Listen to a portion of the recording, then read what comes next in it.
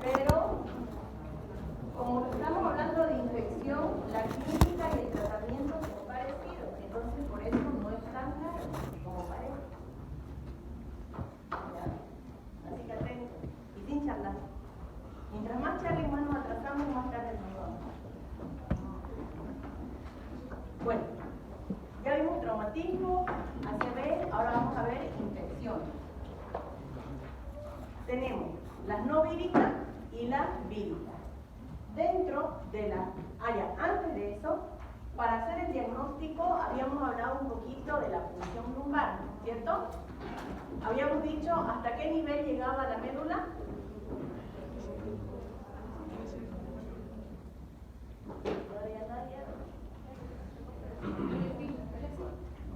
¿Hasta qué nivel llega la médula?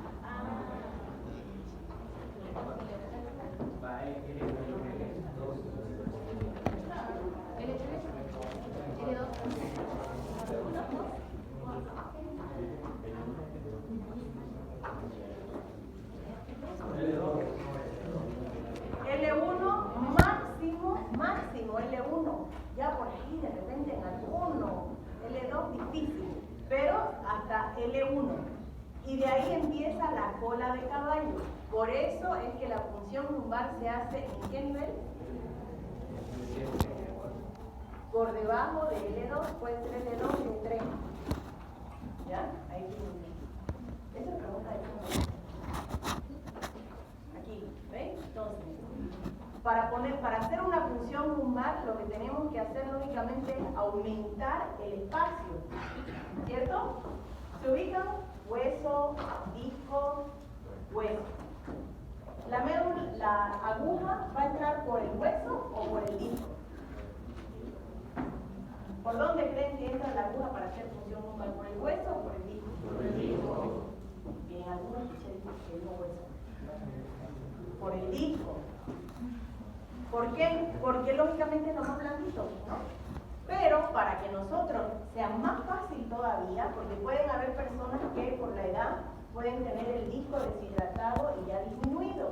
Entonces, para hacerlo más fácil, si nosotros, ¿en qué posición aumentamos el espacio interóseo, digamos, entre vértebra y vértebra? ¿Con la flexión o con la extensión de la columna? Entonces le pedimos al paciente, ya sea sentado, que haga flexión, o acostado de un lado, que haga flexión, ¿no? O sea, que junte, haga flexión de las piernas y flexión de la columna para abrir ese espacio y para que nosotros podamos hacer nuestra punción lumbar. ¿Se acuerdan que les había dicho que uno de los diagnósticos diferenciales para ver si había hemorragia subaracnoidea era la punción lumbar?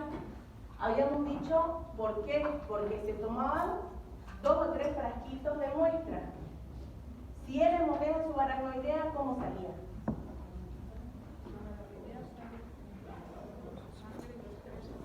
Exactamente. Y si es una punción traumática al momento, solo el primero y el resto se va aclarando, ¿no? Bien.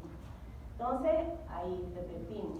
Fíjense, por el disco entra, empieza a gotear, toman sus 3 muestras de líquido cefalorraquídeo que tendría que salir cristalino y luego retiran la aguja, ¿no?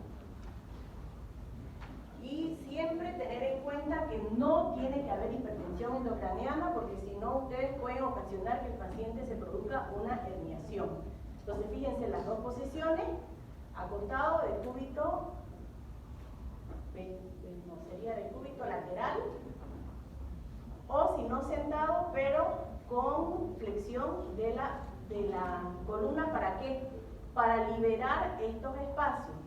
¿Y cuáles van a ser nuestras referencias más fáciles? La última costilla, que es T12, y las crestas ilíacas, que es ya la zona, la lumbar, y sobre todo, ahí fíjense que tenemos L2, L3, en esta zona, entre la última costilla y donde inicia nuestra cresta ilíaca. Bien, ahora, dijimos infecciones víricas, no víricas. Vamos a empezar con las no víricas. Tenemos la meningitis aguda bacteriana adquirida de la comunidad. ¿Qué quiere decir adquirida de la comunidad? Que la persona no tiene antecedente de haber estado internado recientemente, que es una persona común y corriente que sí ha tenido contacto de repente con algún enfermo o puede haber estado en un hospital pero no internado. ¿Por qué? Porque si estuvo internado durante mucho tiempo, más bien uno ya piensa en algo intrahospitalario, ya no de la comunidad. ¿Y eso en qué importa? En el tipo de germen que nosotros vamos a sospechar para empezar nuestro tratamiento. La mortalidad es 10% en primer mundo y 50% en pacientes en vías de desarrollo. ¿Cuáles van a ser los factores que predisponen a esto? Tenemos que ver la cuestión de la inmunidad, la edad. Fíjense que dependiendo de eso, también el germen que nosotros vamos a atacar. El hemófilos influenza ha disminuido bastante. ¿Por qué? Porque en el plan de vacuna ahora de los bebés y de los recién nacidos ya tenemos contra esto. Entonces, por eso es que hay mucho menos meningitis que hace años atrás. Luego, la edad. Por ejemplo, en adultos pensamos más en neumococo o meningococo en el 80% de las personas. En los recién nacidos pensamos en Klebsiella, en E. coli, en el Cryptococcus galactiae, y en los pacientes con inmunosupresión pensamos ya en enterobacterias gram negativas. Entonces, el antibiótico lógicamente va a ser completamente diferente en todos esos gérmenes, ¿no? ¿Cuál va a ser la fisiopatología? Se coloniza la mucosa de la vía respiratoria superior, luego invade por vía sanguínea, hace una bacteriemia y lógicamente puede entrar por la barrera hematoencefálica hacia las meninges. En el caso del hemófilos influenza, neumococo, meningococo, esta va a ir rápidamente a la barrera, pasa la barrera hematoencefálica y llega al espacio subaracnoideo. En este caso, difterias o gram negativos, más bien tenemos que pensar en la parte digestiva. Lógicamente su ingreso no va a ser vía respiratoria. Si estamos diciendo mucosa digestiva, va a ser de repente por algún proceso diarreico, alguna gastroenteritis, ¿bien? Que va a ser la bacteriemia y luego la invasión meningea. En el espacio subaracnoideo hay una respuesta inflamatoria y puede haber una trombosis arterial, venosa, edema, hidrocefalia, todo secundario a la inflamación que va a haber ya en el espacio subaracnoideo por la invasión bacteriana. ¿Cuál va a ser nuestro cuadro clínico?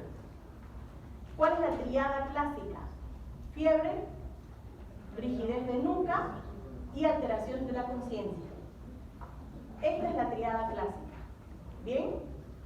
Puede haber cefalea, pueden haber náuseas y vómitos si hay ya hipertensión endocraniana, y 95% lógicamente van a tener 2 o 4 síntomas, ¿no?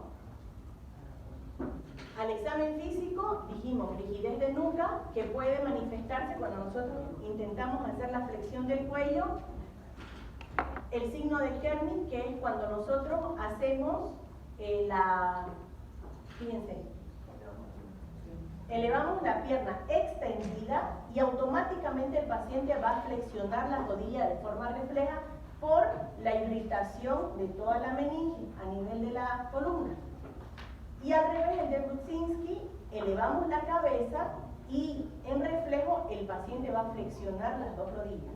Igual lo mismo, por irritación de las meninges del espacio subaracnoideo. ¿Cómo vamos a hacer el diagnóstico? Ya dijimos, por análisis de líquido cefalorraquídeo.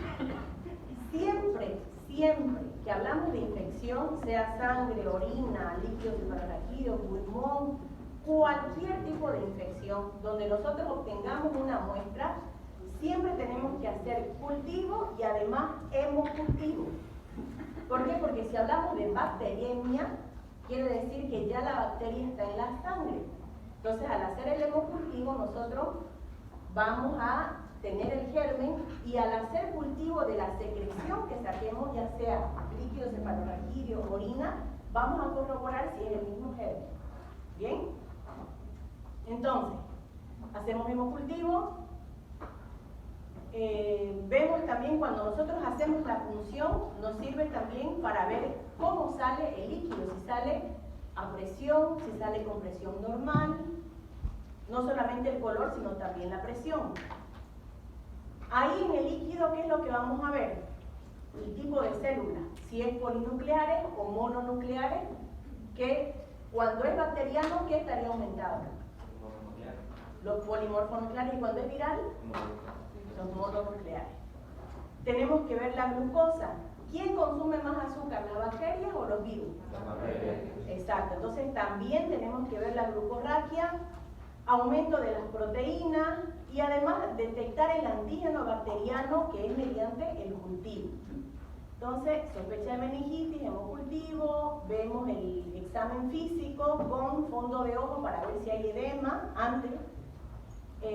Luego empezamos antibióticos empíricos, tomografía para ver si no hay hipertensión endocraniana y si no hay, ahí tenemos nuestra vía libre para hacer punción lumbar. Porque si tenemos hipertensión endocraniana, no tenemos que hacer punción lumbar. Bien, entonces, hemocultivo, crisis, o sea, examen físico alterado.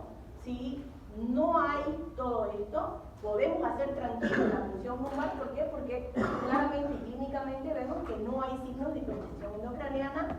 Empezamos antibióticos después de nuestra toma de muestra y corticoides para disminuir todo ese proceso inflamatorio que dijimos. Ya lo dijimos varias veces, contraindicada la punción lumbar cuando hay lesión intracerebral.